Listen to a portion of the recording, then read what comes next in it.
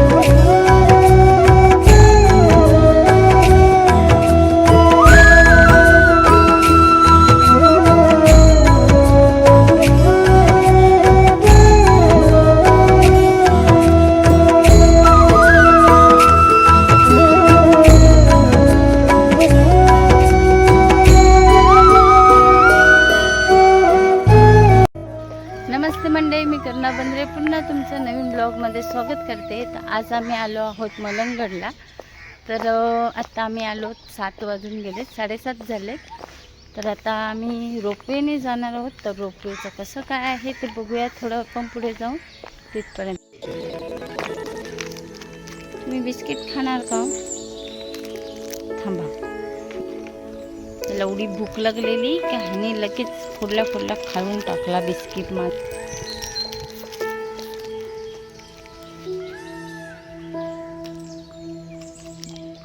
तेवढी भूक लागली त्याला. ए तुझं बस झालं बिस्किट घे. टाटा टाटा टाटा. कुठला मोठू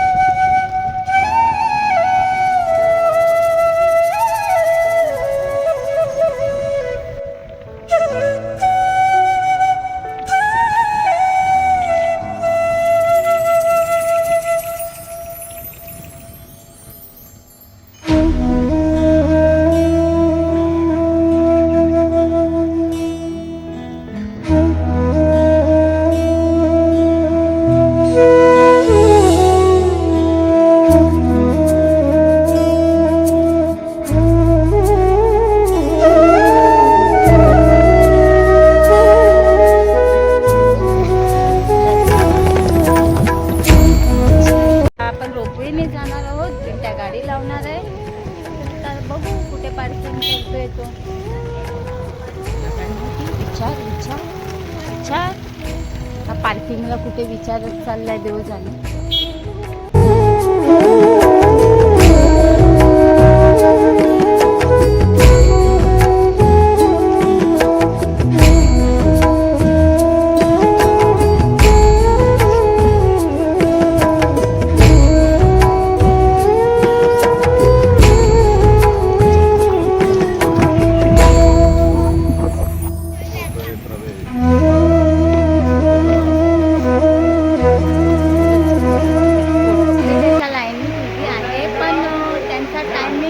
मंडे टू फ्रायडे त्यांनी लिहिलं आहे. सोमवार ते शुक्रवार लिहिलं आहे 7 ते 8, पण खरं 8ला चालू होतं ते रात्री 8 वाजेपर्यंत असतं.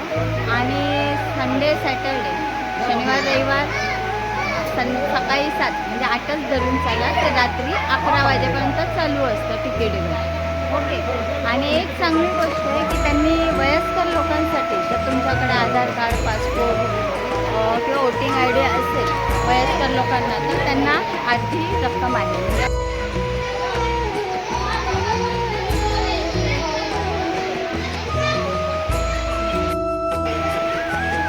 तर मी मगाशी तुम्हाला सांगितलं होतं 150 रुपये तिकीट आहे. तर येऊन जाऊन 150 रुपये तिकीट आहे. तुम्ही जर इथे पार्किंग करत असाल तर त्याच्याबद्दल पण मी तुम्हाला सांगते. तर पार्किंगचं जे काही आहे ते मी तुम्हाला खाली उतरल्यावर सांगेन. तिथपर्यंत आपण रोपवेने वरती जाऊयात. आता आपण आतमध्ये एंट्री मारूया. तर चलो एंट्री मारते.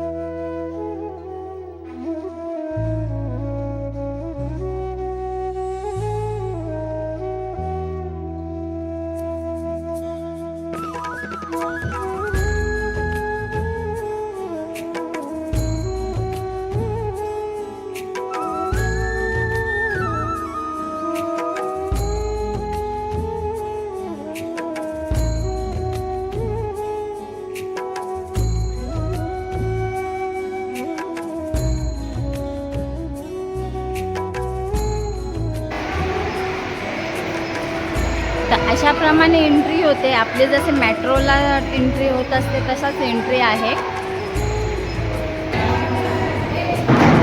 पिण्याच्या पाण्याची सोय पण आहे आतमध्ये. पब्लिकला बसण्यासाठी एवढे प्लेस आहे की एवढे गर्दी असेल तर इथे पब्लिक बसू शकतो. कधी कधी खूप गर्दी असते. आता पण तेवढी आहे थोडीफार.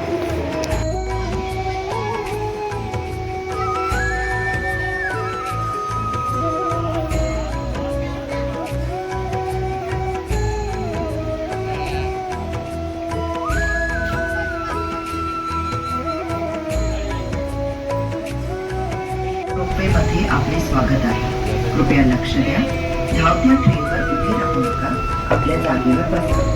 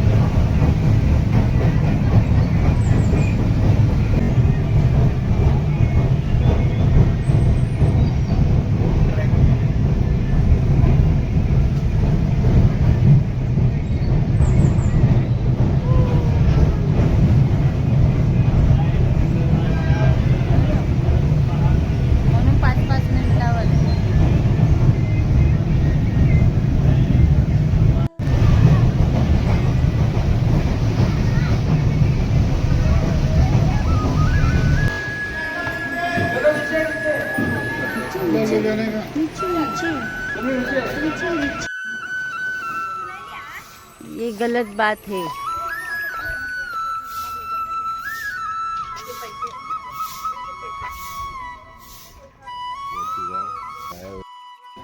पहिले खालच्या एंट्रीला असं तिकीट भेटायचं की एका माणसाचे 5 रुपये घ्यायचे असं वालं. आता जो तो रोपवेने येतो, त्याच्यामुळे त्यांनी इथे घेतलं आहे वरती.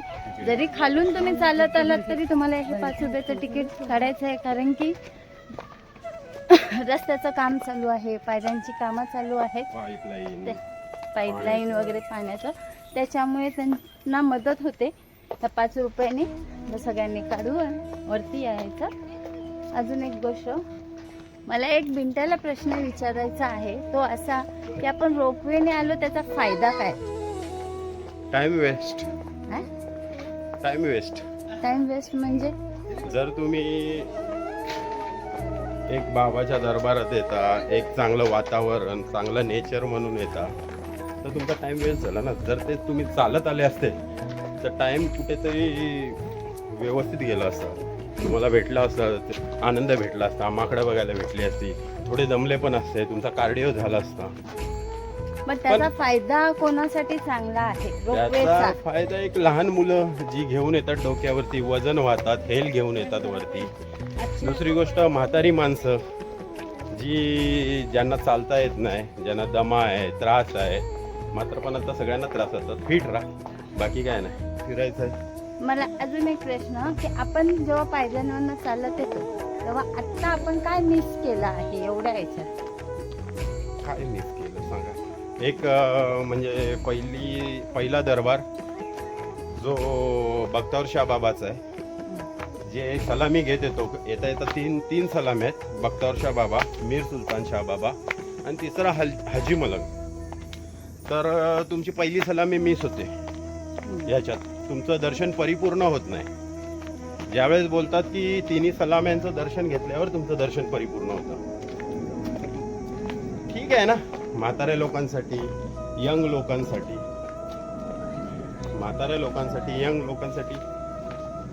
ठीक आहे, टाइम वाचतो. मला तर वाटतं टाइम वेस्ट आहे.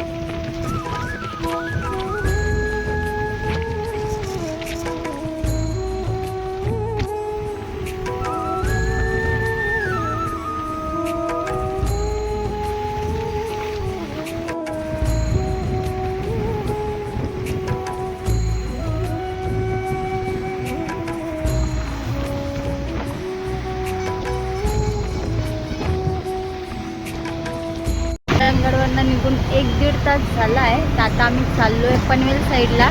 इस्कॉन मंदिर आहे जे राधाकृष्णाचं, ते बघणार आहोत. चला आपण जाऊया तिथे.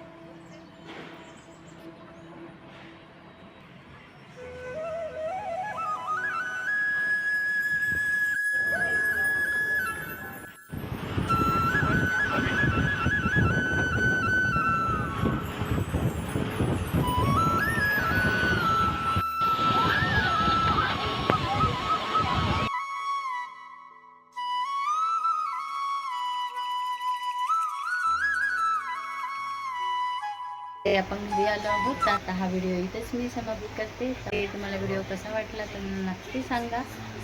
आणि ह्याच्या पुढे मी नवीन नवीन व्हिडिओ आणण्याचा प्रयत्न करेन. तरी पण छोटे छोटे व्हिडिओ मी टाकतच असते. तुम्ही बघत राहा, लाईक करा, शेअर करा, सबस्क्राईब करा. पण नवीन व्हिडिओत नवीन काहीतरी घेऊन प्रत्येक केले. बाय.